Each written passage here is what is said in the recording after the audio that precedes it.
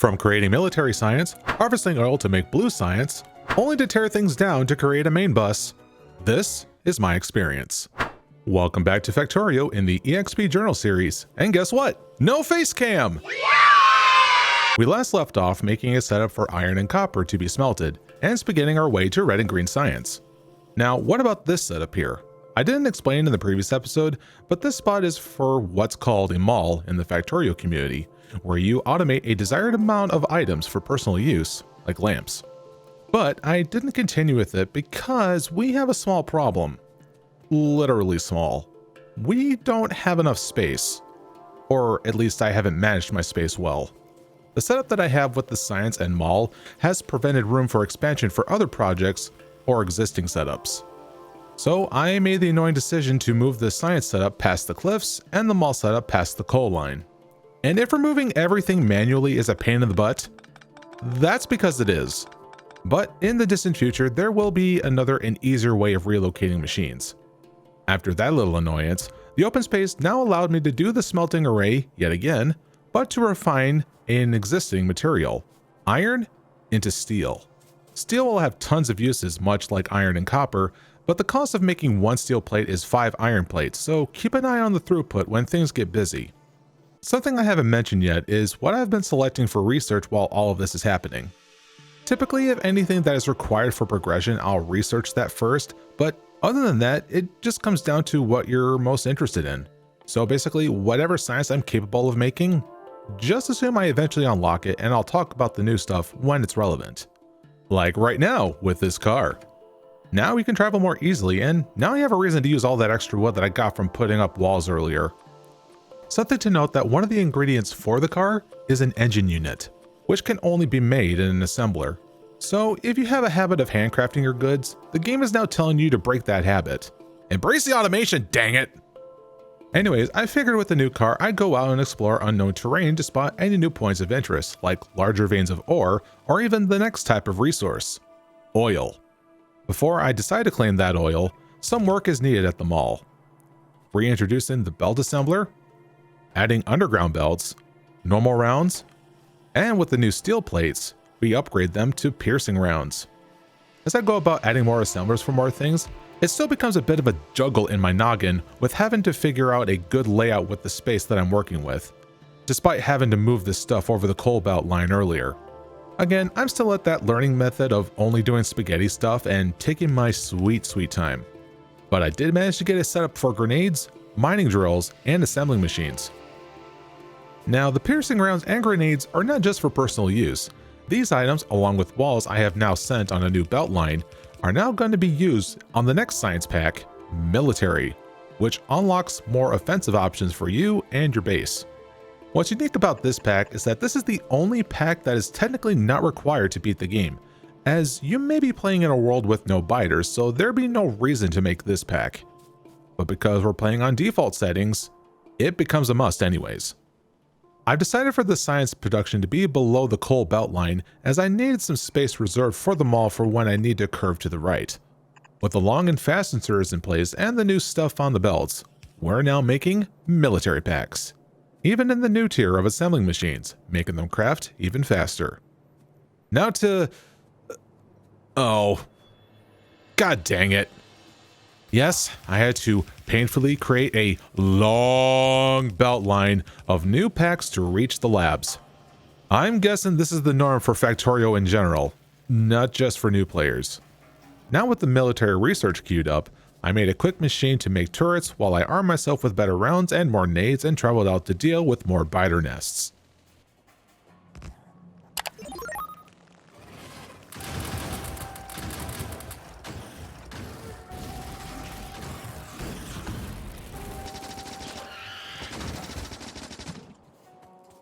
A common strategy that I'm familiar with when engaging biter nests is what's called the leapfrog method, where you quickly lay down your initial turrets and ammo at a reasonable starting distance. Then as you approach, you repeat with new turrets in front and remove the old turrets from behind you. This ensures that you always have cover fire as you're approaching the nest, and for biters to mostly attack your turrets. Of course, you're free to engage with whatever options that you have, like this new one with defender capsules that summons a little robot that shoots any enemy that comes near you. Now, biters is generally a term to describe the alien bug race as a whole, but specifically, biters are referred to the ones that do melee damage. There are stationary enemies around the nest called worms that shoot acid that slows and deals damage over time at great distances. And they do stack. And just to complete the roster, a third type of enemy that'll show up later are spitters, which is basically the mobile version of worms. When things are about to get dire, be sure to have fish on hand so you can immediately heal. And you can get fish by right-clicking the silhouettes of fish in any body of water. Be mindful that there is a finite resource of fish until endgame. Now that nearby nests around the oil location has been cleared out, we can now focus on harvesting oil. Much like ore deposits, we get a starting yield that'll last us for a good while, but unlike ore deposits, it'll actually never deplete. The lowest it'll go for each spot is 20% yield, so while it's still best to harvest elsewhere for more, it's still nice to have. So we're going to need pump jacks to harvest the oil, but pump jacks need power, and the oil fields is far away. So now we need to increase our options for energy distribution with medium and big electric poles. So back to designing them all to include electric pole production. And just as I finish, guess who the heck shows up? Yep, that's another thing that biters can do on default settings. They expand out and create new nests, and right on the edge of the pollution cloud no less, in my case. Obviously I had to deal with that nest pronto.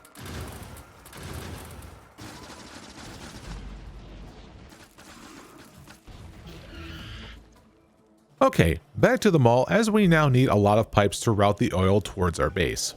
Since I'm automating pipes, I've thrown an engine unit since that'll be used for later and we need a normal pump as well. Now for the annoying setup of electric poles. Doing this crap in a car is so frustrating.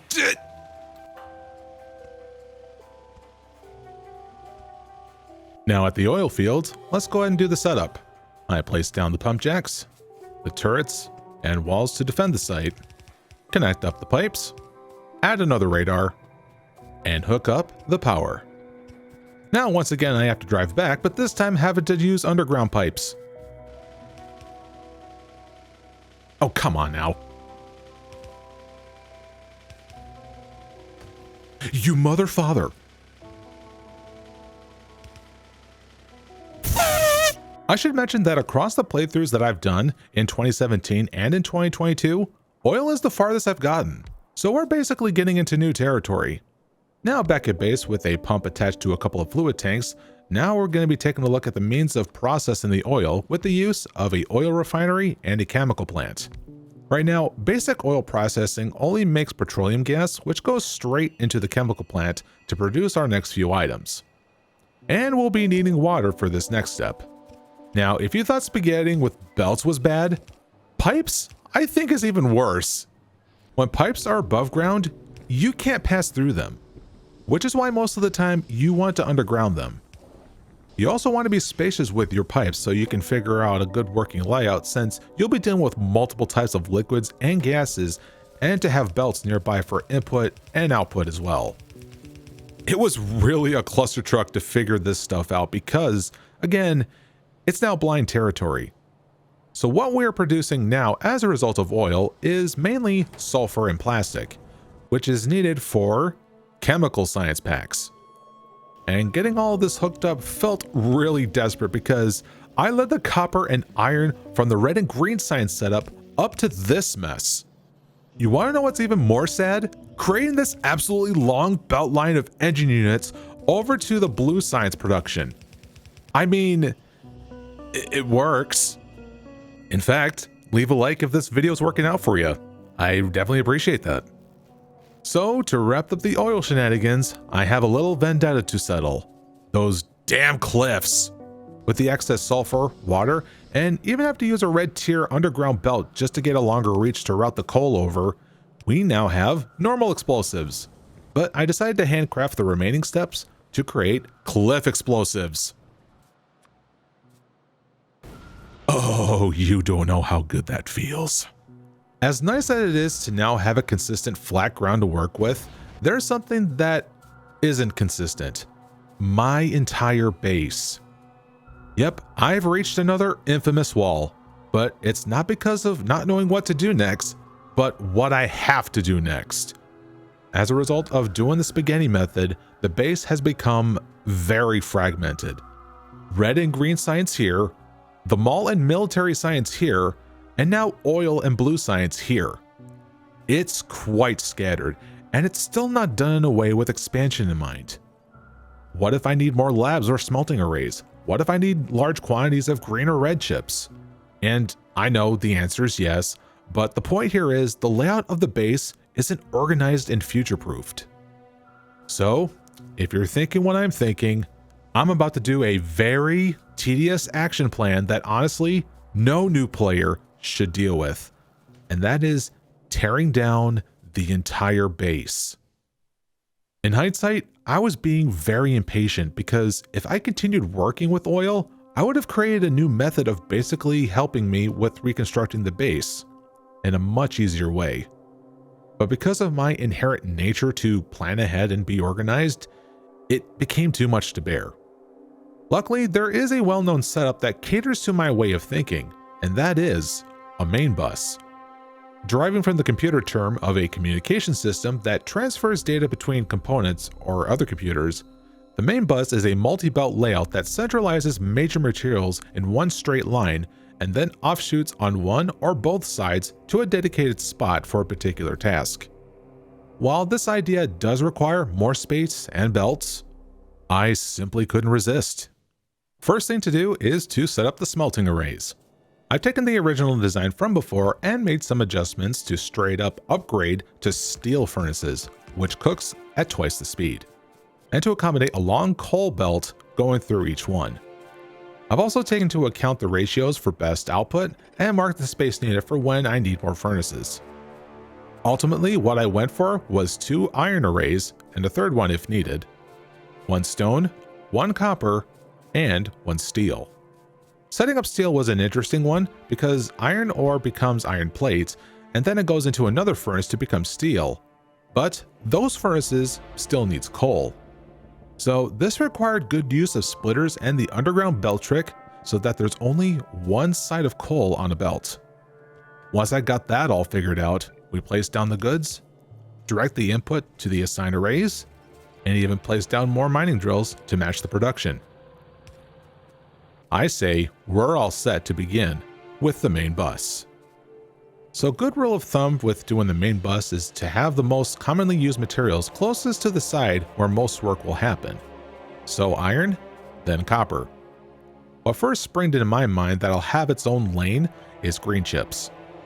This part was easy since I already know the ratios for them. And I think I forgot to mention, we got fastacers a while ago and they're going to be a mainstay throughout the entire playthrough. So then I go about splitting the iron off the main bus to those inner belts and copper to the outer belts. And voila, green chips in their own lane. You can see here in this example how nice it is to space the materials between belts by 2 tiles, which gives enough room for at least yellow underground belts to span across 4 tiles. So now with the green chips added, the next project is taking a look at making a mall. This time it'll include other variety of belts, inserters, mining drills, radars, and so on. There's only one problem. I hit a wall for the 3rd time. Let's unpick a topic from the first episode, shall we? I want to talk about blueprints. Blueprints are an incredible tool to keep tabs on building layouts you've made so far. It's how I was able to keep the smelting array layout for later use. I find it hard not to use it in any playthrough I plan to do. So what's the issue? The thing here is you can import and export blueprints, the former being the main point I want to address. Some players might see using other people's blueprints as a form of cheating, or even just looking at one can be a problem. I get what people are getting at, as importing blueprints can rob a player's first-time experience of figuring out the layout for themselves, hence why it can be seen as solving a puzzle. So if you're just looking at a blueprint, not just importing it, it can just spoil the puzzle.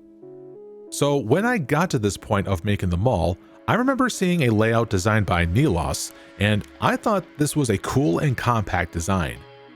So here I was trying to go by memory and achieve a similar design, but I was at this for nearly 2 hours simply because of avoiding blueprints, spaghettiing like crazy, and letting chat backseat me. This part was the basis of what I was talking about in episode 1 with how to learn this game. I'm strongly a visual learner, first and foremost, so seeing blueprints can give me a great foundation and the confidence I need to make designs more freely and reliably. But sometimes there's no point in reinventing the wheel when a design is so optimal. Doing spaghetti still has its place, make no mistake, but for me personally, it takes me longer to learn that way and only that way, which is why I suggest that new players should learn however they want. And I shall do the same, as this was the turning point where I make the change to have a better learning environment. And don't worry, I'm not going to bring this up again. I'm sick of this topic as much as you do, but it was a necessary evil. About as evil as me telling you to stay tuned by hitting the sub and bell. See you next time.